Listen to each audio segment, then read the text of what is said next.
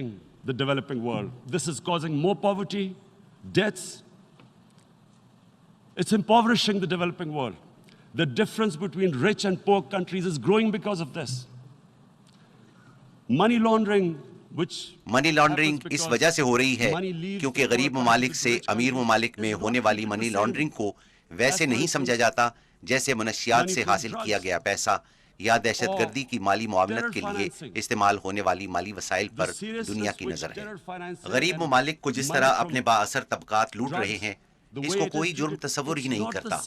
مجھے جب سال پہلے حکومت ملی تو اس سے پہلے والے 10 سالوں میں ہمارے ملک کے مجموعی قرضے میں 4 گنا اضافہ ہوا. جو قرضہ 60 سالوں میں لیا گیا تھا، اس کا 4 گنا صرف 10 سالوں میں لیا گیا. charge of our government a year back. In the 10 years preceding that, our total debt went up 4 times. The debt we had accumulated in 60 years, just in 10 years it went up 4 times. As a result, the total revenue اس کے نتیجے میں ہم نے ایک سال میں جتنا tax اکٹھا کیا اس کا آدھا صرف قرضوں کی ادائیگی پر چلا گیا. اگر یہ حالات ہوں تو ہم انسانوں یعنی اپنے 22 کروڑ لوگوں پر پیسہ کیسے خرچ کریں گے؟ وجہ یہی تھی کہ ہمارے ملک کو حکمران طبقات نے بری طرح لوٹا تھا، اور وہ بڑی آسانی سے یہ سارا پیسہ ملک سے باہر لے گئے. جناب صدر، جب اس لوٹے ہوئے پیسے سے بیرون ممالک میں خریدی گئی جائیدادوں کی نشاندہی کی گئی تو ہمیں یہ پیسہ واپس لانے میں بہت سی مشکلات کا سامنا کرنا پڑ رہا ہے. ہم یہ پیسہ واپس لا کر اپنے لوگوں پر خرچ کر سکتے ہیں، مگر اس سلسلے میں بہت سی مشکلات درپیش ہیں. ایسے قوانین بنائے گئے ہیں جو ان مجرموں کو تحفظ فراہم کر رہے ہیں. Retrieve that money we could spend on our human beings. But they are such, it's so difficult. The laws protecting these criminals. We do not have this sort of money. ہمارے پاس اتنے وسائل نہیں کہ ہم مہنگے ترین وکلا کی خدمات حاصل کر کے ان پر کروڑوں ڈالر خرچ کریں. اس لیے ہمیں امیر ممالک کی مدد کی ضرورت ہے. اور جناب صدر، یہ بہت اہم ہے، امیر ممالک میں پولیٹیکل ول ہونی چاہیے کہ وہ کسی کو ایسا نہ کرنے دیں. غریب ممالک انسانی ترقی جسے اقوام متحدہ SDG کا نام دیتی ہے پر پیسے کہاں سے خرچ کریں گے؟ لہٰذا امیر ممالک کو چاہیے کہ وہ اب اس بارے میں کچھ کریں. وہ ایسے اقدامات کریں کہ کرپٹ حکمرانوں کے لیے یہ ممکن ہی نہ رہے کہ وہ اپنے ملک کا پیسہ چوری کر کے بیرون ممالک جائیداد منتقل کریں.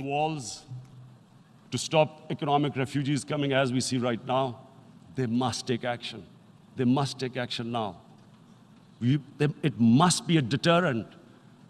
Corrupt ruling elites should not be able to. وہ ایسے اقدامات کریں کہ کرپٹ حکمرانوں کے لیے یہ ممکن ہی نہ رہے کہ وہ اپنے ملک کا پیسہ چوری کر کے بیرون ممالک منتقل کریں اور وہاں پر ان پیسوں سے مہنگی جائیدادیں خریدیں. مجھے سمجھ نہیں آ رہی یہ ٹیکس ہیونز کیوں بنائی گئی ہیں، ان کی اجازت کیوں ہے، ان ٹیکس ہیونز کو قانونی حیثیت کیوں دی گئی ہے. اب دنیا تبدیل ہو رہی ہے، دنیا کی آبادی میں اضافہ ہو رہا ہے، لہٰذا اس سے ہم شدید خطرات سے دوچار ہو سکتے ہیں کہ غریب غریب تر ہوتے جائیں اور امیر امیر تر ہوتے جائیں. لہٰذا یہ میرا دوسرا نقطہ ہے اور مجھے امید ہے کہ اقوام متحدہ اس معاملے میں قائدانہ کردار ادا کرے گی. The United Nations takes a lead in this. It involves the IMF, the World Bank, Asian Development Bank. They must find a way of stopping this. اور IMF اور ورلڈ بینک کی مدد سے ترقی پذیر ممالک کو اس طرح لوٹنے کا راستہ روکے گی. میرا تیسرا نقطہ نظر اسلاموفوبیا ہے. اس وقت دنیا میں تقریباً 1 ارب 30 کروڑ مسلمان آباد ہیں. مسلمان دیگر ممالک مثلاً یورپی یونین اور دوسرے ممالک میں اقلیتوں کی حیثیت سے آباد ہیں. 9/11 کے بعد اسلاموفوبیا میں خطرناک تیز رفتاری سے اضافہ ہوا ہے. انسانی برادریاں ایک ساتھ رہا کرتی ہیں، ان کو ایک دوسرے کو سمجھنا چاہیے، لیکن اسلاموفوبیا کی وجہ سے ہم ایک دوسرے سے دور ہوتے جا رہے ہیں. اگر مسلمان خواتین حجاب پہنتی ہیں تو کچھ ممالک میں اس کو بھی مسئلہ بنا دیا گیا ہے۔ حجاب کی حیثیت کیا ایک ہتھیار کی سی ہے؟ کچھ ممالک میں خواتین اپنے کپڑے اتار سکتی ہیں مگر وہ کپڑے پہن نہیں سکتی۔ یہ کیسے ہو سکتا ہے؟ یہ صرف اسلاموفوبیا کی وجہ سے ہوتا ہے۔ A woman can take off her clothes in countries, but she can't put on more clothes. How is this happening? Because of Islamophobia. And how did this Islamophobia start? After 9/11. And Islamophobia کا آغاز کیسے ہوا؟ اس کا آغاز 9/11 کے بعد ہوا۔ اور یہ کیوں ہوا؟ اس کا آغاز اس لیے ہوا کہ کچھ مغربی لیڈروں نے دہشت گردی کو اسلام سے جوڑا، اور اسلامی دہشت گردی، انتہا پسند اسلام جیسی اصطلاحیں استعمال کی گئیں۔ انتہا پسند اسلام ہے کیا؟ اسلام تو صرف ایک ہی ہے، اور وہ ہے محمد صلی اللہ علیہ وسلم کا اسلام، جس کی ہم پیروی کرتے ہیں۔ اس کے علاوہ اور کوئی اسلام نہیں ہے۔ آپ انتہا پسند اسلام جیسی اصطلاحوں سے مغربی ممالک کے لوگوں کو کیا پیغام دے رہے ہیں؟ ایک ایسا شخص جو نیو یارک میں زندگی گزار رہا ہو، وہ کیسے جان سکتا ہے کہ انتہا پسند اسلام اور اعتدال پسند اسلام میں کیا فرق ہے؟ دہشت گردی کا مذہب کے ساتھ کوئی تعلق نہیں ہوتا۔ اسلامی دہشت گردی اور انتہا پسند اسلام جیسی اصطلاحیں جن کا استعمال اہم لیڈران کرتے ہیں، وہ بنیادی وجہ ہے جو اس اسلاموفوبیا کی بنیاد ہے، اور اس سے مسلمانوں کو بہت تکلیف ہوتی ہے۔ جب ہم مغربی ممالک کا رخ کرتے ہیں تو ہمیں نظر آتا ہے کہ یہ صورتحال بد سے بدتر ہوتی جا رہی ہے۔ For this Islamophobia, and it has caused pain amongst Muslims. We in Muslim countries watch this Islamophobia traveling abroad, and it's getting worse. And may I just say, Mr. President, that in جناب صدر، کیا میں کہہ سکتا ہوں کہ یورپی ممالک میں مسلمانوں کو کمزور کیا جا رہا ہے؟ ہم سب کو معلوم ہے کہ جب آپ کسی خاص طبقے کو کمزور کرتے ہیں تو اس سے انتہا پسندی جنم لیتی ہے۔ شام اور دیگر علاقوں میں بہت سے عسکریت پسندوں کا تعلق ان طبقات سے ہے جن پر ظلم کیا گیا ہے۔ میں کہنا یہ چاہتا ہوں کہ ہمیں اس مسئلے کو حل کرنا چاہیے۔ مجھے افسوس سے کہنا پڑتا ہے کہ ہم مسلمان سربراہوں نے بھی یہ مسئلہ حل نہیں کیا۔ 9/11 کے بعد جب انتہا پسند اسلام کے بارے میں سوچا جانے لگا تو بجائے اس کے کہ ہم مغربی دنیا کو بتاتے کہ انتہا پسند اسلام ایک افسانہ ہے، ہر معاشرے میں انتہا پسند ہوتے ہیں اور اعتدال پسند بھی ہوتے ہیں۔ عیسائیوں، یہودیوں، ہندوؤں، ہر معاشرے میں انتہا پسند اور اعتدال پسند موجود ہوتے ہیں، مگر اس کا ہرگز یہ مقصد نہیں کہ کوئی مذہب، چاہے وہ اسلام ہو، یہودیت ہو، عیسائیت ہو یا ہندو مت، وہ انتہا پسندی سکھاتا ہے۔ ہر مذہب کی تعلیم محبت و رواداری اور انصاف ہے۔ یہی چیز ہمیں جانوروں سے ممتاز کرتی ہے۔ بدقسمتی سے مسلمان رہنماؤں کو اس بات کا بڑا خوف تھا کہ ان کو انتہا پسند مسلمان کہا جائے گا، تو لہٰذا انہوں نے اعتدال پسند بننے کی کوشش کی۔ ہمارے ملک پاکستان میں بھی حکومت نے روشن خیالی جیسی اصطلاح ایجاد کی۔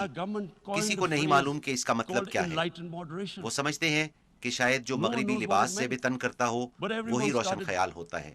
اگر کسی کو انگریزی نہیں بھی آتی تو وہ انگریزی بولنے کی کوشش کریں گے، کیونکہ اسی طرح وہ روشن خیال تصور کیے جائیں گے۔ یہ کیا تھا؟ ایسا کیوں ہوا؟ یہ اس لیے ہوا کہ ہم مسلمانوں نے مغربی دنیا کو یہ بتانے کی کوشش ہی نہیں کی کہ انتہا پسند اسلام کا کوئی وجود ہی نہیں۔ 9/11 کے بعد اسلام کو دہشت گردی سے جوڑنے کی ایک وجہ دہشت گرد حملے تھے، کیونکہ 9/11 کو جن دہشت گردوں نے حملہ کیا وہ خود کش بمبار تھے۔ مسلمانوں کے بارے میں کہا گیا کہ وہ اس لیے خود کش حملے کرتے ہیں کہ ان کا ایمان ہے کہ اس طرح ان کو جنت میں اعلیٰ مقام ملتا ہے۔ Are involved in suicide attacks because they will get virgin in heavens. Some came up with, what about women? Suicide attackers. So this bizarre thing happened. No one explained. یہ کیا عجیب و غریب بات ہے؟ مسلمانوں کی جانب سے خود کش حملوں کو دہشت گردی کہا گیا، مگر کسی نے یہ تحقیق نہیں کی کہ 9/11 سے قبل دنیا کی تاریخ میں سب سے زیادہ خود کش حملے تامل ٹائیگرز نے کیے جو کہ ہندو تھے، مگر اسی بنیاد پر کسی نے ہندو مت کو دہشت گردی کا مذہب نہیں کہا، اور یہ صحیح بھی تھا کیونکہ ہندو مت کا دہشت گردی سے کوئی تعلق نہیں۔ یہ سری لنکا میں ان لوگوں نے کیے جن کے لیے جینا عذاب بن گیا تھا۔ دوسری جنگ عظیم کے موقع پر جاپانی پائلٹوں نے امریکی بحری جہازوں پر خود کش حملے کیے، تو اس وجہ سے کسی نے بدھ مت پر دہشت گردی کا الزام نہیں لگایا۔ مسلمانوں نے اپنے آپ کو روشن خیال اور اعتدال پسند ثابت کرنے کی کوشش تو کی، مگر مغرب کو اصل حقائق سے آگاہ نہیں کیا۔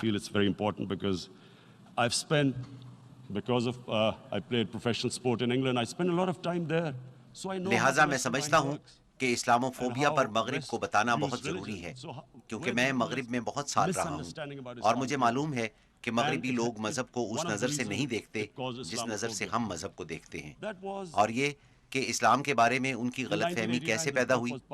1989 میں ایک کتاب شائع کی گئی جس میں ہمارے پیارے نبی صلی اللہ علیہ وسلم کی توہین کی گئی، جس سے مسلم دنیا میں رد عمل آیا۔ مغرب کو اس مسئلے کی سمجھ ہی نہیں آئی، کیونکہ مغرب میں مذہب کو بالکل مختلف نقطۂ نگاہ سے دیکھا جاتا ہے۔ وہ ہماری طرح مذہب کو نہیں دیکھتے۔ اسلام کو عدم برداشت کا مذہب سمجھا گیا۔ یہ مسئلہ وہاں سے شروع ہوا، اور پھر ہر 2-3 سال بعد کوئی اور سامنے آتا ہے اور ہمارے نبی صلی اللہ علیہ وسلم کی توہین کرتا ہے، جس پر مسلمان دنیا سے رد عمل آتا ہے، اور اس طرح اسلام کے بارے میں عدم برداشت کا تاثر پھیلتا جا رہا ہے۔ And Islam took a real beating 30 years ago. I still remember it became a watershed. And every 2 or 3 years, someone would malign our Prophet, peace be upon him. There would be a reaction by the Muslims. And again, it was Islam, an intolerant religion. Again, this time, I blame a certain section of the people in the West who deliberately provoked this. میں مغرب میں ایک خاص طبقے کو اس ضمن میں ذمہ دار سمجھتا ہوں جو جان بوجھ کر اس قسم کی مذموم کوششیں کرتا ہے، کیونکہ ان کو معلوم ہے کہ اس سے کیا اثرات پیدا ہوں گے۔ مغربی دنیا کی اکثریت کو اس کی سمجھ ہی نہیں ہے، اور اس سلسلے میں مسلمان رہنماؤں نے مسلمانوں کو رسوا کیا ہے۔ ہمیں ان کو بتانا چاہیے کہ ہمارے نبی صلی اللہ علیہ وسلم کی ہمارے لیے کیا حیثیت ہے۔ میں آپ کو بتاتا ہوں کہ ہمارے نبی صلی اللہ علیہ وسلم کی ہمارے دلوں میں کتنی محبت ہے۔ نبی اکرم صلی اللہ علیہ وسلم ہماری مقدس کتاب قرآن پاک کے گواہ تھے، اور قرآن مسلمانوں کی رہنمائی کرتا ہے، اور نبی صلی اللہ علیہ وسلم کی زندگی قرآن کا عملی نمونہ ہے۔ نبی صلی اللہ علیہ وسلم نے ریاست مدینہ قائم کی، جو دنیا کی تاریخ کی پہلی فلاحی ریاست تھی، اور یہی ریاست مسلمانوں کی تہذیب و تمدن کی بنیاد بنی، جو 700 سالوں تک دنیا کی عظیم الشان تہذیب رہی۔ اور وہ ریاست تھی کیا؟ میں اسلام کے بارے میں عجیب و غریب باتیں سنتا ہوں کہ یہ خواتین کے خلاف ہے، یہ اقلیتوں کے خلاف ہے۔ اسلام نے مدینہ میں جس ریاست کی بنیاد رکھی وہ دنیا کی تاریخ کی پہلی فلاحی ریاست تھی۔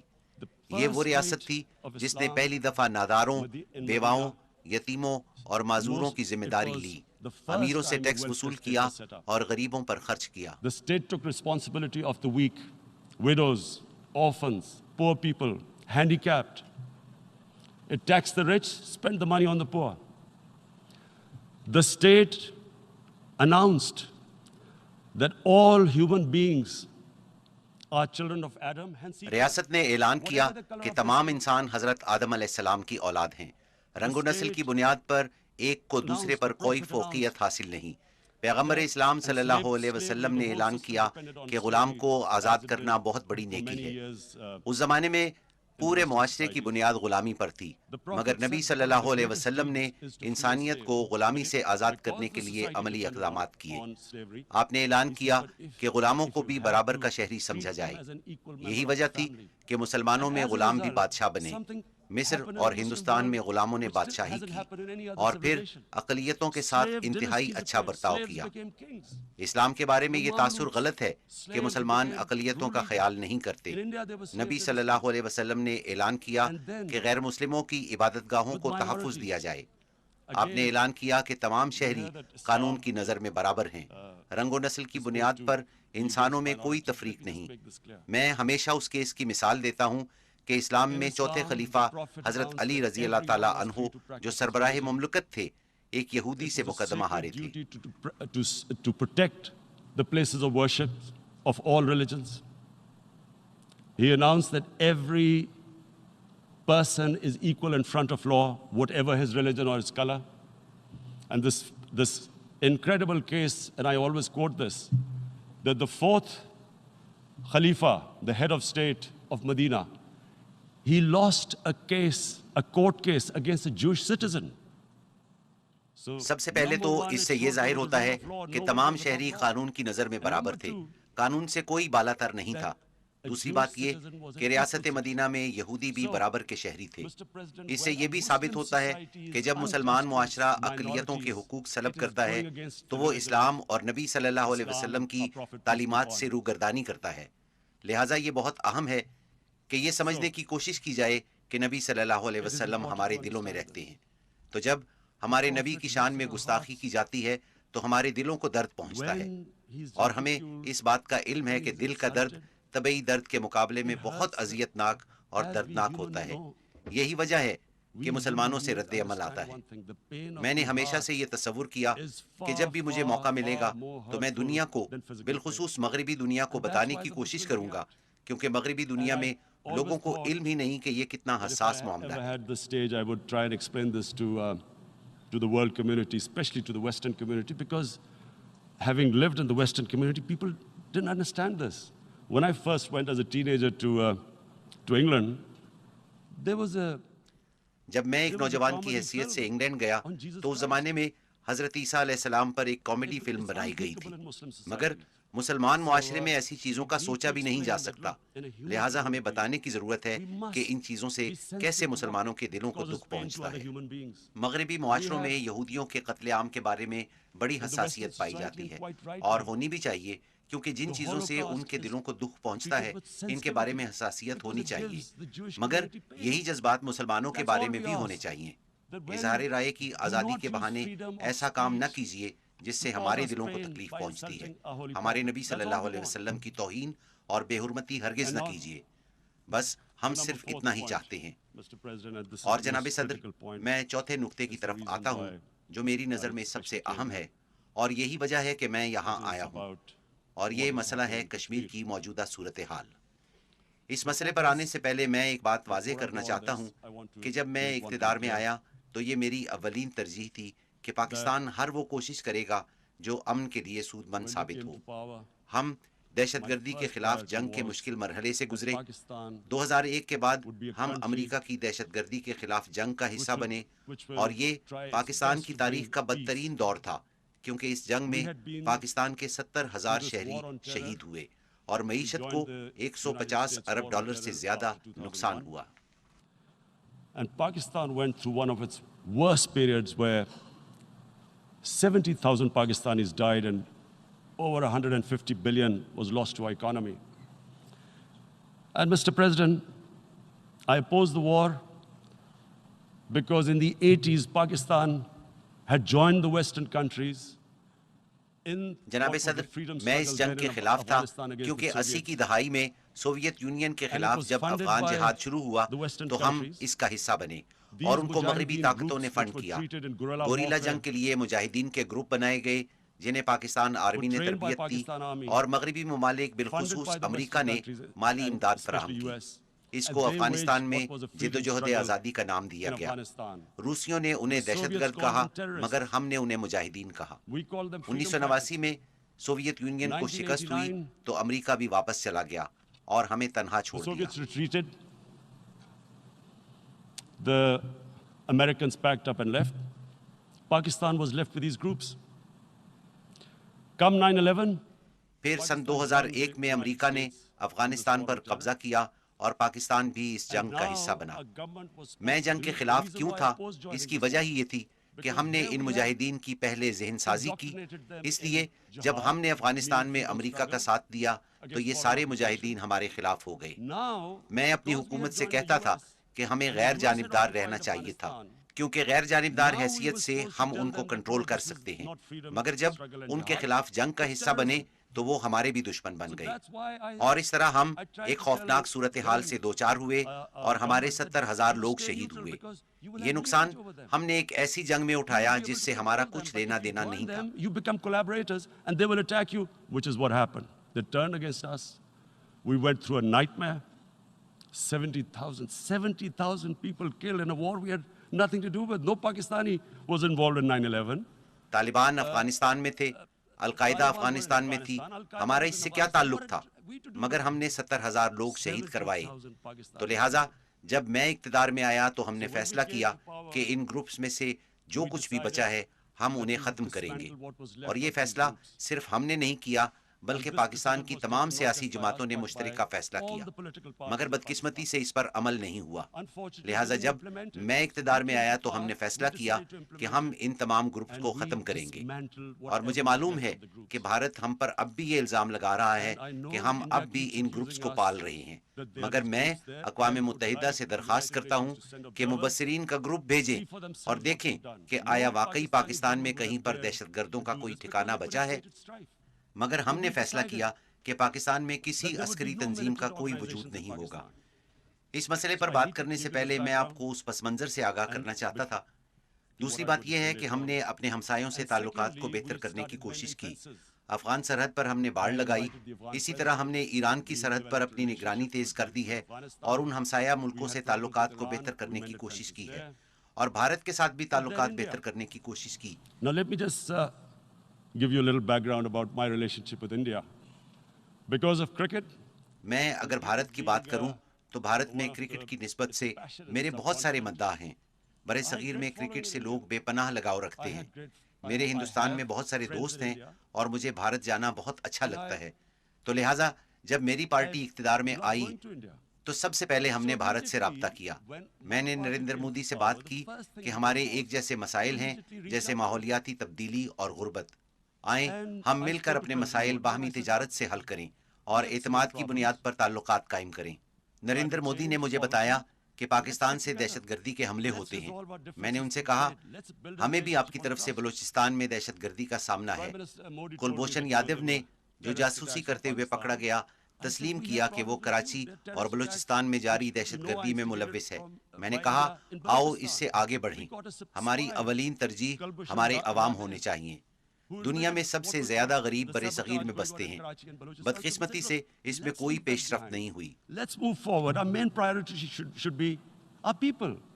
The highest number of poor people live in the Indian subcontinent. Unfortunately, didn't make any headways. Our foreign minister was supposed to be on this in the UNGA last year. گزشتہ اقوام متحدہ کی جنرل اسمبلی کے اجلاس کے دوران ہمارے وزیر خارجہ کو اپنے بھارتی ہم منصب سے ملاقات کرنی تھی جو بھارت نے منسوخ کر دی۔ ہم نے سوچا بھارت میں انتخابات ہونے جا رہے ہیں، یہ ایک انتہائی قوم پرستانہ جماعت ہے اور وہ اس موقع پر پاکستان کے ساتھ خوشگوار تعلقات نہیں رکھنا چاہتے۔ ہم نے سوچا ٹھیک ہے ہم انتخابات تک انتظار کریں گے۔ اس دوران میں ایک 20 سالہ کشمیری لڑکے نے اپنے آپ کو بم باندھ کر ایک قافلے میں اڑا دیا، جس کو اس کے باپ کے مطابق سیکیورٹی فورسز نے انتہا پسند بنایا تھا۔ اس کے فوری بعد بھارت نے پاکستان پر الزام عائد کیا۔ میں نے ٹیلی ویژن پر بھارتی عوام سے بات کی اور کہا اگر وہ ہمیں چھوٹا سا بھی ثبوت دے دیں تو ہم فوری طور پر کارروائی کریں گے، کیونکہ ان گروپس پر پابندی عائد کی ہوئی ہے۔ ہمیں ثبوت فراہم کرنے کے بجائے انہوں نے ہمارے ملک میں بمباری کے لیے جہاز بھیجے۔ ہم نے جوابی کارروائی کی، 2 جہاز مار گرائے اور ایک پائلٹ کو گرفتار کر لیا۔ ہم نے فوری طور پر پائلٹ کو واپس کر دیا اور یہ پیغام دیا کہ ہم کشیدگی میں اضافہ نہیں چاہتے۔ اس اقدام کو امن کا پیغام سمجھنے کی بجائے انہوں نے اپنی ساری انتخابی مہم اس بات پر مرکوز رکھی کہ انہوں نے پاکستان کو کیسا سبق سکھایا ہے اور 350 دہشت گردوں کو ہلاک کر دیا ہے، جو کہ ایک سفید جھوٹ ہے۔ 350 terrorists, complete lie. They had just killed about 10 trees of ours. اس میں ہمارے صرف 10 درختوں کو نقصان پہنچا اور یہ بھی ہمارے لیے خاصا تکلیف دہ تھا۔ He then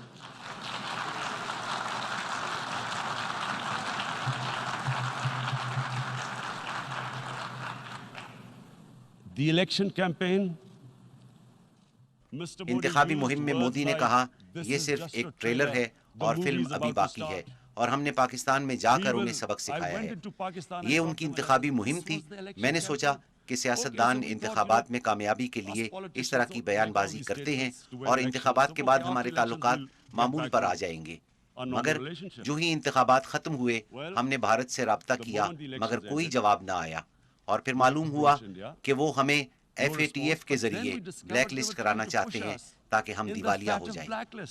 اس وقت ہم نے یہ محسوس کیا کہ مودی کا کوئی ایجنڈا ہے۔ That's when we realized there was an agenda. And that agenda became obvious on the 5th August. یہ ایجنڈا 5 اگست کو بے نقاب ہوا۔ بھارت نے سلامتی کونسل کی 11 قراردادوں کی خلاف ورزی کی، جن میں کہا گیا ہے کہ کشمیر ایک متنازع علاقہ ہے اور کشمیر کے عوام کو خود ارادیت کا حق حاصل ہے۔ انہوں نے شملہ معاہدے کی بھی خلاف ورزی کی جو مسائل کو دو طرفہ طور پر حل کرنے کی بات کرتا ہے۔ دراصل انہوں نے بھارتی آئین کی بھی خلاف ورزی کی۔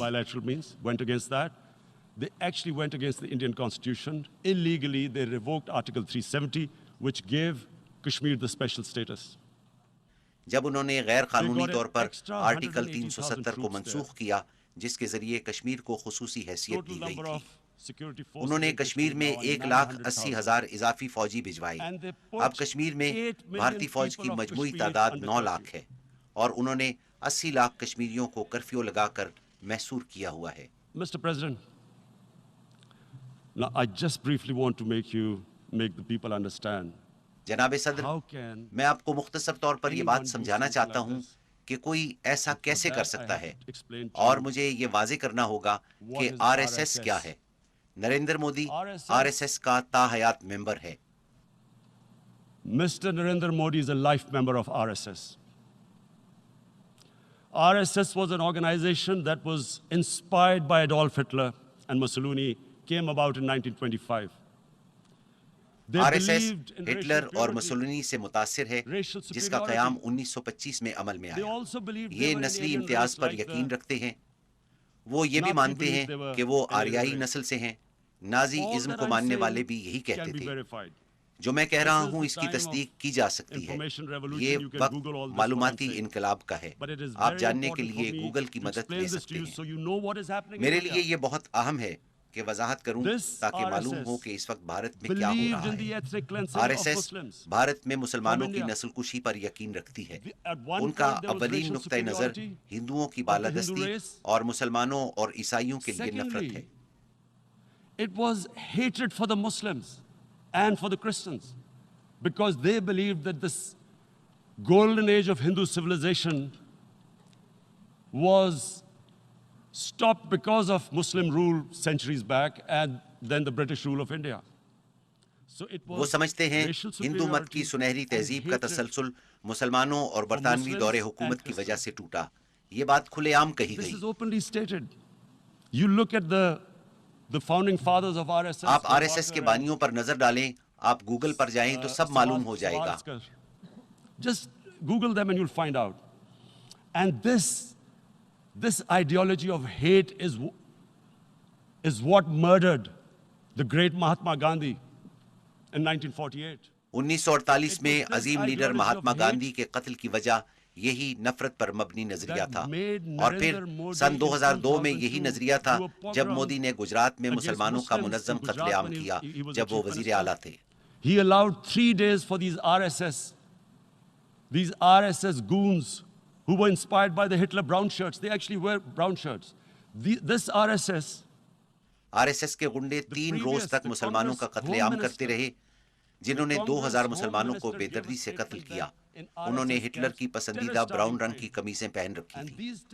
کانگریس کے سابق وزیر داخلہ نے بیان دیا کہ آر ایس ایس کے کیمپوں میں دہشت گردوں کو تربیت دی جا رہی ہے، جنہوں نے 2000 مسلمانوں کو قتل کیا اور 1,50,000 مسلمان بے گھر ہوئے۔ یہی وجہ تھی کہ نریندر مودی کے امریکہ داخلے پر پابندی عائد کر دی گئی تھی۔ مجھے آپ کو یہ پس منظر بتانا ہے کہ یہ کیسی ذہنیت ہے جو 80 لاکھ لوگوں کو 9 لاکھ فوجیوں کی موجودگی میں محصور کر دیتی ہے۔ عورتوں، بچوں اور بیمار افراد کو گھروں میں جانوروں کی طرح قید کر دیا گیا۔ اصل میں جو میں برطانیہ کے بارے میں جانتا ہوں کہ اگر وہاں 80 لاکھ جانوروں کو بھی بند کیا جاتا تو بہت زیادہ شور برپا ہوتا۔ یہ تو پھر انسان ہے۔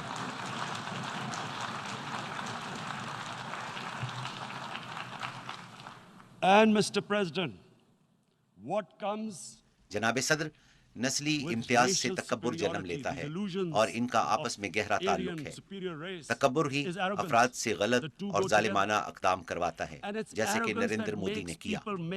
یہ تکبر ہی ہے جس کی وجہ سے وہ اندھا ہو گیا ہے اور اسے نہیں معلوم کہ کرفیو اٹھنے کے بعد کیا ہوگا۔ کیا اس نے اس بارے میں سوچا؟ اس پر غور نہیں کیا گیا کہ وہ کرفیو اٹھانے کے بعد کیا کرے گا۔ from the fact that what is going to happen when the curfew is lifted? Has he thought about it? This hasn't been thought through. What is he going to do when he lifts the curfew?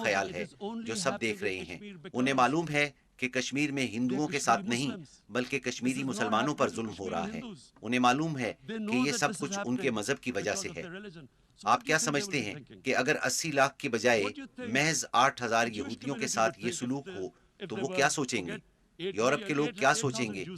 کسی کے ساتھ بھی ایسا ہو تو وہ کیا سوچے گا؟ کیا ہم کمتر مخلوق ہیں؟ کیا ہمیں اس سے تکلیف نہیں پہنچتی؟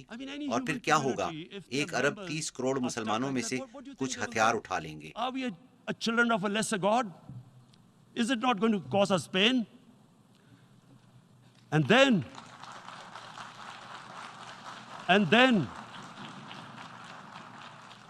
I'll tell you what will happen. People will, in the 1.3 billion Muslims, someone will pick up arms. I know we've been brought up with films, Western films. مغربی فلموں میں دکھایا جاتا ہے کہ جب کسی کو انصاف نہیں ملتا تو وہ انصاف کے لیے ہتھیار اٹھا لیتا ہے. مشہور فلم ڈیتھ وش میں جب ایک شخص کی بیوی قتل ہوتی ہے تو وہ ہتھیار اٹھا لیتا ہے اور لٹیروں کا قتل عام شروع کر دیتا ہے اور پورا سینما ہال تالیوں سے گونج اٹھتا ہے. آپ جانتے ہیں ہم مسلمان اس وقت کیا سوچ رہے ہیں؟ اگر قتل عام ہوا تو مسلمان انتہا پسندی کی طرف جائیں گے. So what do you think the Muslims are thinking right now? If there is a bloodbath, there will be Muslims becoming radicals, not because of Islam, جس because کی of وجہ what they will see. اسلام نہیں بلکہ وہ صورتحال ہوگی جب انہیں انصاف نہیں ملے گا. روہنگیا کے 1 لاکھ مسلمانوں کی نسل کشی کی گئی. اس پر عالمی برادری کی کیا ذمہ داری تھی؟ آپ کے خیال میں 1 ارب 30 کروڑ مسلمانوں کا کیا رد عمل ہوگا؟ میں اپنے آپ کو کشمیری تصور کرتا ہوں جو کہ 55 دنوں سے محصور ہے. میں عورتوں کی عصمت دری کے واقعات سنتا ہوں جب بھارتی فوج گھروں میں داخل ہوتی ہے. کیا میں اس تذلیل کے ساتھ زندہ رہوں گا؟ میں ہتھیار اٹھاؤں گا. I've heard about, and there are rapes, Indian Army going into homes, soldiers. Would I want to live this humiliation? Would I want to live like that? I would pick up a gun. You're forcing people. You are forcing people into radicalization.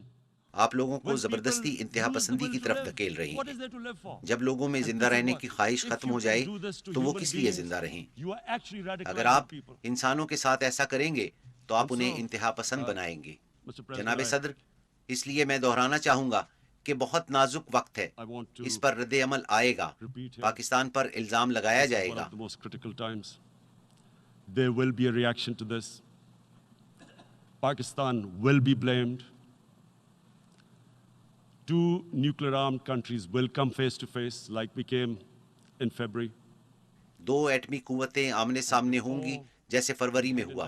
اس سے پہلے کہ ہم اس سمت بڑھیں، اقوام متحدہ اپنی ذمہ داری پوری کرے. This is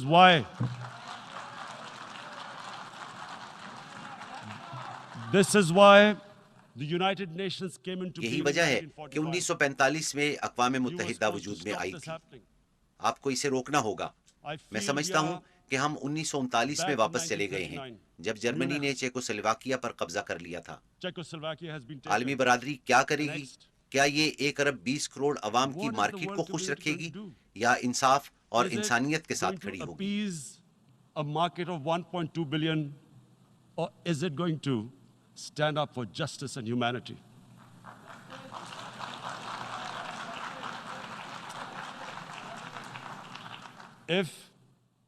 اگر یہ سلسلہ جاری رہا تو آپ بدترین حالات کے لیے تیار رہیں.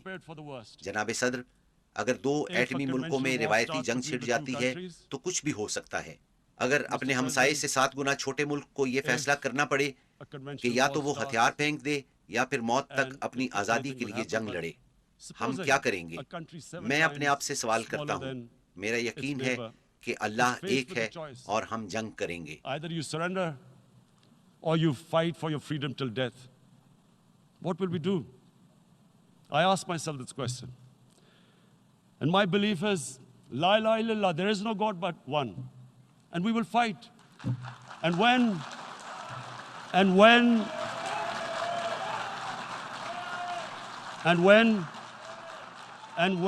a nuclear اور جب armed country ایٹمی fights ممالک to the آخر end, تک جنگ لڑتے it ہیں will have تو اس کے toxic نتائج consequences سرحدوں far سے beyond آگے the نکل borders. جاتے ہیں. اس کے دنیا It will پر have اثرات ہوں consequences for the گے. world, یہی which is وجہ ہے why کہ میں I یہاں repeat آیا it ہوں. here. میں خبردار کر Because رہا I'm ہوں. warning you, it's یہ not a دھمکی threat. نہیں، خوف It's a اور fear, پریشانی ہے. worry. ہم That کس where طرف are جا we رہے headed? ہیں. میں And یہاں I've اقوام come here to متحدہ tell کو the بتانے UN, کے لیے آیا ہوں you've got کہ to, یہ this is آپ the کا test of the امتحان ہے. United Nations. آپ ہی نے You are the کشمیریوں one کو who guaranteed حق the خود people of ارادیت Kashmir دیا the تھا. right of self-determination. وہ اس پر عمل درآمد نہ ہونے کی وجہ سے مشکلات They میں are ہیں. suffering because of that. And this is the time. This is the time not to appease like in یہ کسی کو 1939 خوش کرنے کا appeasement وقت took place. نہیں، This is the جیسا time کہ to take action. 1939 میں کیا And گیا. number one یہ action فوری must کارروائی be کا وقت ہے. that India پہلا must اقدام یہ lift کہ its بھارت ہر inhuman صورت curfew, غیر which انسانی is lasting کرفیو for کا خاتمہ 55 کرے، days. جو کہ 55 دنوں سے It جاری ہے. must free. ہر صورت تمام It قیدیوں must free اور all 13,000 political prisoners, نوجوانوں کو especially رہا those کرے. 13,000 boys والدین that کو have been معلوم picked نہیں up. ان کے Parents بچے don't know where کہاں they ہیں. disappeared. اور پھر عالمی برادری And then ہر صورت کشمیریوں کو ان کا حق خود world ارادیت community دلوائے. شکریہ. must give the people of Kashmir the right of self-determination. Thank you.